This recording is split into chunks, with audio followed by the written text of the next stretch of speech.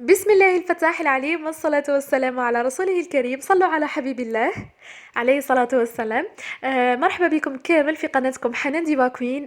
كما عودتكم الوصفات المجربة والناجحة 100% بحول الله تعالى.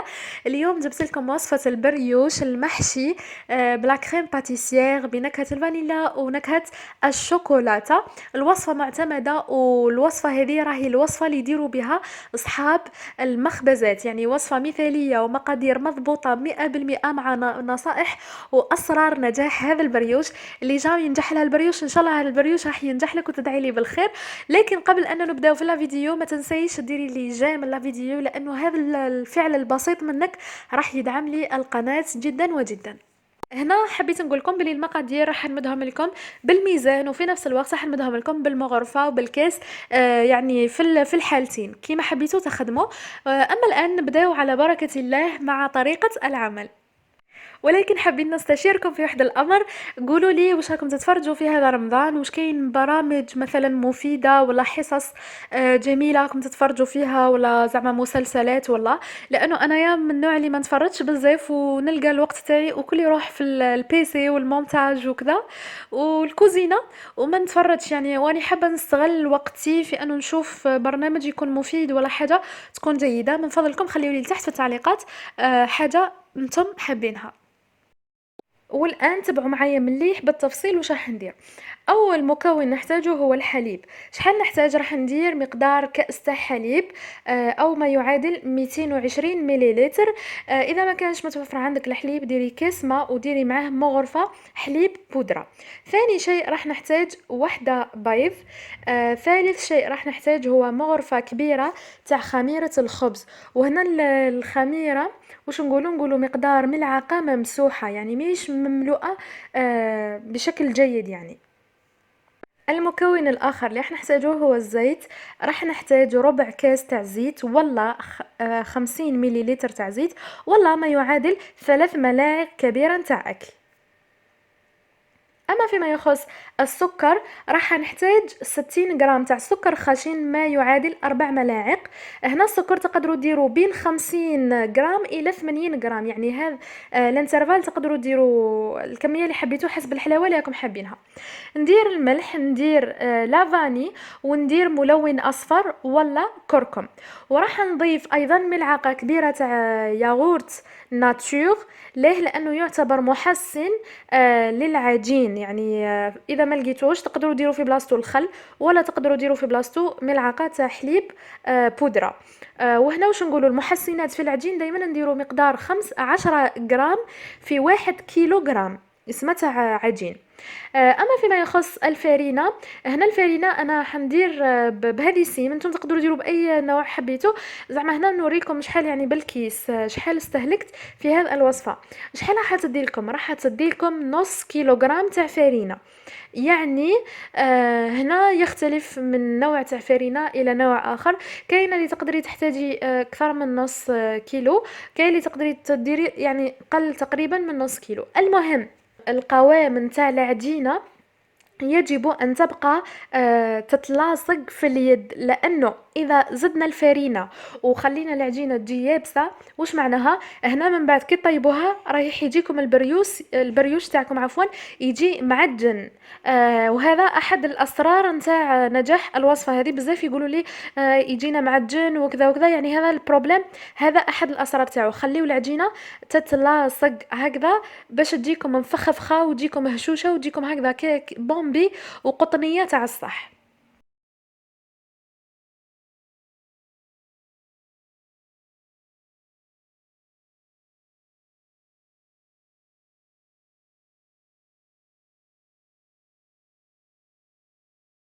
هنا كيما راكم شايفين دوكا باش نكمل نعجن العجينه تاعي. دهنت شويه زيت على البلان دو ترافاي تاعي على جال باش ما تلصقليش، لانه كيما على بالكم راهي تتلاصق. هنا راح ندلكها مده من 5 إلى 10 دقائق. ليه؟ على جال ماده الجلوتين باش تخدم هكذا باش تجيني العجينه مثاليه وقوامها ممتاز جدا. هنا درت العجين كما قلت لكم باش ما تتلاصقش. اما في الاخير بعد ما نكون كملت تقريبا الدلك راح نذري شويه فرينه على جال باش نليمها برك للمره الاخيره.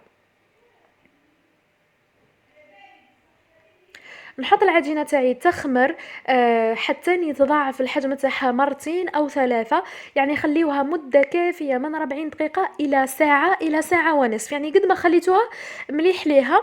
هنا نغطيها باش تخمر لي مليح، لانه الخميره كيما على بالكم ما تحبش الضوء. اما في الجانب الاخر نروح نخدم لا كريم باتيسير الناجحه والرائعه. حنمد لكم كل التفاصيل تاعها. هنا واش احتجت، راح ندير 9 ملاعق كبيره تاع سكر خشن، وراح ندير 6 ملاعق كبيره نتاع نشاء، راح ندير معاهم حبه بيض، وراح ندير معاهم زوج صفار تاع بيض. هاد المكونات راح نخلطهم مع بعض، يعني ليه باش النشا هذاك من بعد كون نديرو مباشرة مع الحليب رايح يدير لي التكتلات والحبيبات.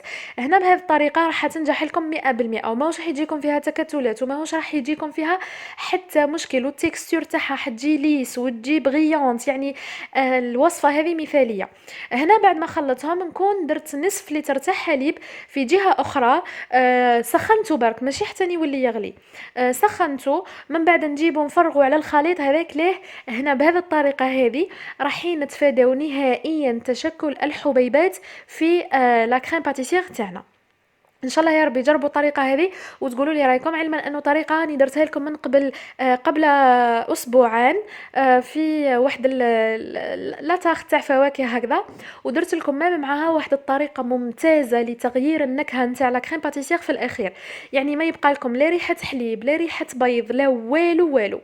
هنا بعد ما حطيتها على نار متوسطه، بعد ما بدات تعقد لي خليتها شويه جاريه كما راكم شايفين، ضفت لها ملعقه نتاع زبده وضفت لها ملعقه نتاع فاني. لا فاني هنا ديروها في الاخير على جال باش تبقى النكهه نتاع لا فاني والريحه هذيك في لا كريم باتيسير. شوفوا الله يبارك القوام تاعها حاليا كيفاش راه، يعني جايه رطبه بزاف وجايه القوام تاعها مثالي.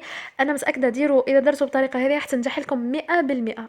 هنا واش راح ندير، اولا راح نقسمها على قسمين، واحد نخليه بلا فاني وواحد راح نزيد له شوكولا. هنا شوكولا تاع الطلي، اي نوع تاع شوكولا تقدروا ديروه وتحبوه، يسمى هنا باش يمدلي النكهه نتاع الشوكولا. شوفوا البنات انا نديرلكم معلومه، اصحاب المخبزات راهم ما يخدموش لا كريم باتيسير في البريوش هذا اللي نشريوه، باش يكون الامر اقتصادي وكما نقولوا تجاري. واش يديروا، تقدروا تجربوا هذه الوصفه ثاني اكتبوها، يديروا زوج كؤوس تاع ماء، يزيدوا لهم زوج مغارف كبيره تاع سكر، ويزيدوا لهم زوج مغارف كبيره تاع نشا، ويديروا رشه ملح، يديروهم على نار متوسطه حتى يعقدوا. كي يعقدوا يزيدوا لهم في الاخير لافاني وينحيوهم وخلاص سي بون. بعد يزيدوا لهم شوكولا ولا كيما درنا دوكا، يعني باش تجيهم اقتصاديه خير ما يديروا الحليب وكلش والى اخره. هنا غطيتهم ببابي سيلوفان، كيما على بالكم لازم بابي سيلوفان يجي ملتصق على لا كريم باتيسير باش ما يديرش القشره من الفوق. نحطوها في الفريجيدير ونرجعوا للعجينه تاعنا. كيما راكم شايفين شوفوا العجينه الله يبارك فيها، راهي تقوليها زبده ولا كي الشحمه هكذا ما شاء الله، يعني الخمير تاعها هو طلع بشكل ممتاز جدا. هنا راح نقسمها الى 4 قطع. طيب اللي حابين يديروا نصف الكميه وما ياكلوش بزاف البريوش ولا ماهمش بزاف في الافراد، تقدروا ديروا من الان، تقدري تحسبي نصف الكميه قداش. طيب هنا كيما قلت لكم راح نديروا نوعان ولا شكلان تاع البريوش. الشكل الاول هو الشكل التقليدي العادي والاعتيادي والنورمال، والشكل الثاني راح نديروه كي الضفيره. دوك من بعد تشوفوا معايا كيفاش راح نديرو. هنا العجينه راح نحللها كما راكم شايفين، ديروها دائره ولا طويله شويه، من بعد راح نطبقها بالعقل. هنا كما راكم شايفين لازم تديروا واحد العفسه هكذا. شوفوا في الاخير راني نعدل فيها ليه باش الطبقه هذيك النهائيه تجيني من التحت. حاولوا انه الطبقه هذيك الاخيره ما تجيكمش في الكوتي ولا ما تجيكمش في الفوق، لانه من بعد كي طيب راح تتحل ويولي شكلها غير مرغوب فيه. لذلك دائما نتاكدوا بلي التطبيقه هذيك جايه من الاسفل، هي اللي تحطوها كما نقولوا تحطوا عليها في البلاتو. الان فيما يخص الشكل الثاني كما راكم شايفين هاد لاباغ هذه حنقسمها على زوج، وراح ندير نفس الطريقتين. الطريقه تاع قبيله راح نحلل نطبق، يتكونوا عندي زوج حرابش، من بعد راح نضفرهم مع بعض.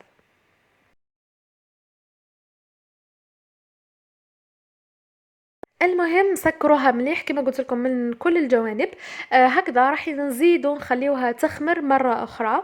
الان شوفوا باش تخمر لكم هنايا، اذا كان الجو تاعكم ماهوش مساعد على انه تخمر ولا، شوفوا انا دوك كيفاش ندير لها. نشعل الفور، عندي الفور هذاك تاع تريسيتي. نشعل الفور ولا نتوما ديروا في الفور تاعكم عادي. شعلوه وحطوا قدامه لي بلا هذو تاع البريوش.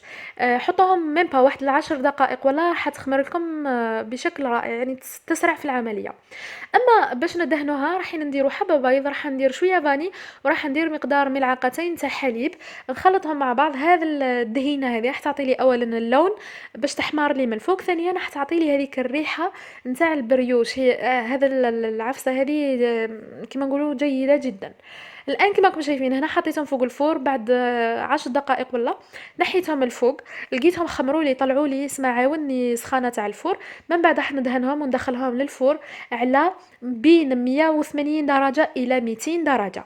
يعني الفور تاعكم ما يكونش بزاف سخون، تكون الحراره تاعو متوسطه. نشعل عليه الفور ونحطه في الوسط، يعني ماهوش الفوق وماهوش التحت، هكذا باش يطيب لي بشكل مثالي. اولا يزيد يطلع لي، وثانيا يطيب في الوقت المحدد. هنا الفور دائما تقسيم لي هي لا مارك تاعو هي براند كيما راكم شايفين.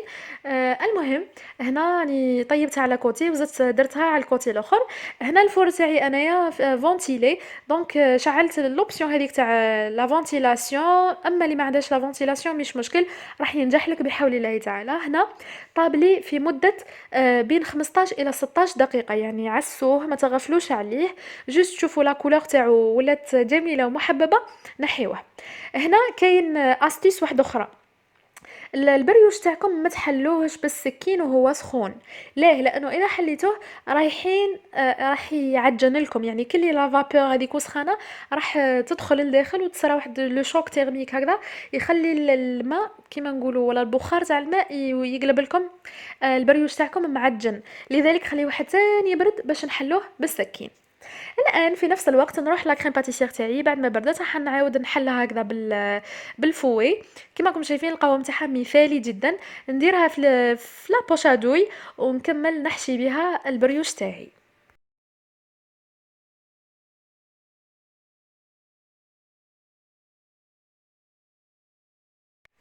هنا كما راكم شايفين البنات والله راني هزتها وخايفه عليها لا تتكسر لي والله، لانه بزاف راهي هشوشه وقوامها ممتاز. شوفوا من الداخل كيفاش راهي ما تجيش معجنه وتجي مفخفخه.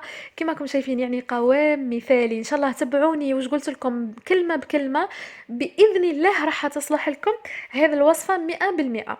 هنا راح نحشيها بلا كريم باتيسير اللي كنا خدمناها. كما قلت لكم مذاق خرافي، انا متاكده بلي راح يعجبكم المذاق وطريقه يعني بشكل رسمي. يعني أني فرحانة أنه قدمت لكم هذه الوصفة. شوفوا للأمانة الوصفة هذه كنت جبتها في واحد القناة، لكن نسيت الاسم تاعها، لكن بحول الله تعالى راح نحوس عليها، وإذا لقيتها راح نحطها لكم من تحت في صندوق الوصف. يعني أنا أشكر صاحبة القناة على الوصفة هذه، كانت ناجحة وهي جابتها من عند مالين المخبزة بالضبط. يعني وصفة معتمدة حقيقية وناجحة 100%. هنا باش تدهنوا البريوش تاعكم في الاخير تقدروا تدهنوه بالعسل، كما تقدروا تدهنوه بلا جولي، تقدروا تدهنوه برك بهم وتكتفي، وكما تقدروا تزيدوا تزينوه بالسكر كلاصي كما راكم شايفين، وشهيه طيبه. شوفوا الوصفه هذه جربوها وردوا لي الخبر ان شاء الله يا ربي. كما دائما نحط لكم وصفات معتمده وتنجح لكم، يعني بنسبه 98% ناجحه. وهكذا ان شاء الله يا ربي نكون فرحتكم بلا غوسيت هذه. راح نخليكم الان مع بعض الصور ونختموا لا فيديو على بركه الله. ما تنسونيش من صالح الدعاء تاعكم واكثروا الاستغفار، فنحن في عشر المغفره. والسلام عليكم ورحمه الله تعالى وبركاته.